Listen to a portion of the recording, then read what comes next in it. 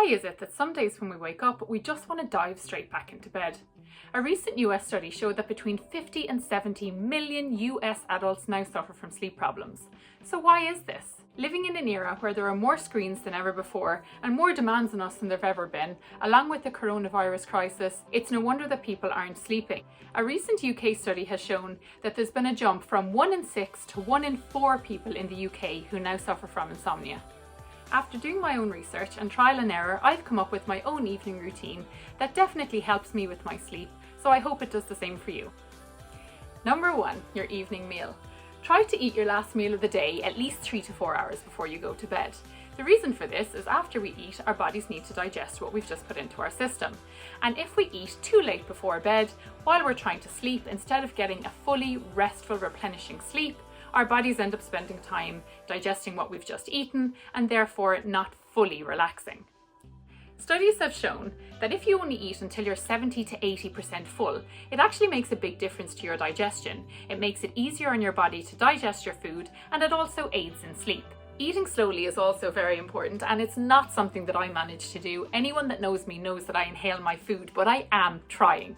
So try to eat slowly. The reason for this is we're supposed to chew our food about 30 times per mouthful. And what it does is it allows time for your mind to tell your stomach that food is coming, and it gives it a chance to prepare.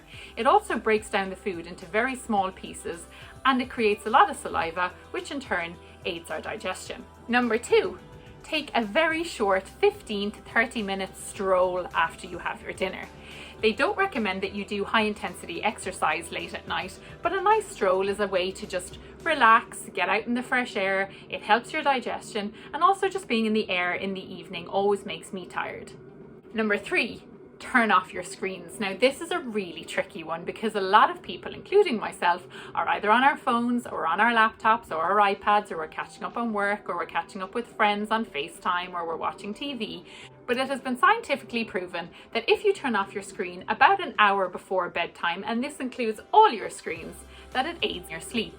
It allows your mind time to relax, and it stops stimulating your brain right before bed. Number 4. Taking a long hot bath or shower before bed.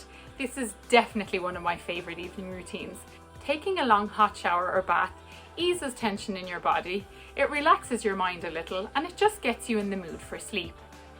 I like to have baths with lots of bubbles, I light a candle, and also I add a few drops of lavender oil. Lavender oil is one of the most commonly used oils for sleep because it aids relaxation. It's also known to not help you drift off to sleep. To not only help you drift off to sleep, but also improve your quality of sleep. 5. This is a new addition to my evening routine, but it has made a big difference. I give myself a foot massage. The reason for this is that we have pressure points that are linked to other parts of our body in our feet, and it's also where our nerve ends, so it's a great place for absorption. So I get some coconut oil and I mix in sometimes a bit of rose oil or sometimes a little bit of lavender oil, and I just give myself a really nice foot massage, which aids in relaxing your body and also helps you drift off to sleep. Number 6 is journaling. I don't journal every night, but on the nights I do, I have definitely seen the benefits. It's really good to get everything out of your head and on paper so that you're going to bed with a clear mind.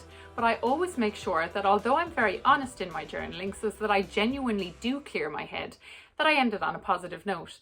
So I like to end it on 3 things that I'm excited about or 3 things that I'm really grateful for in order that I go to sleep on a happier note. And number 7, it wouldn't be one of my videos without a little bit of breath work or meditation. In the evenings that my mind is full or that my mind is racing and I'm finding it very hard to still myself, I like to meditate, or at least just take a few deep breaths. So I put a hand on my heart and a hand on my stomach and I take full breaths. These are full lung breaths where you feel like your whole lungs front to back, side to side are being filled up. Hold it at the top for a second and then release it. And when I release it, I like to picture all the stale energy or worries or anything that's bothering me, just clearing it all out of my body and out of my mind. So I inhale positivity and rest and sleep and anything that just feels yummy and nice, and I exhale anything that doesn't feel good.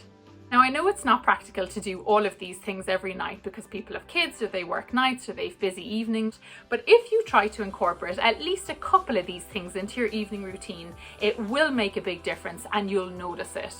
Also, if you at least do it 1 night a week, or maybe 2 if you can, that you can commit to actually doing this whole process, it definitely will benefit your sleep. I hope you found this helpful, and I'll see you again next week for another video.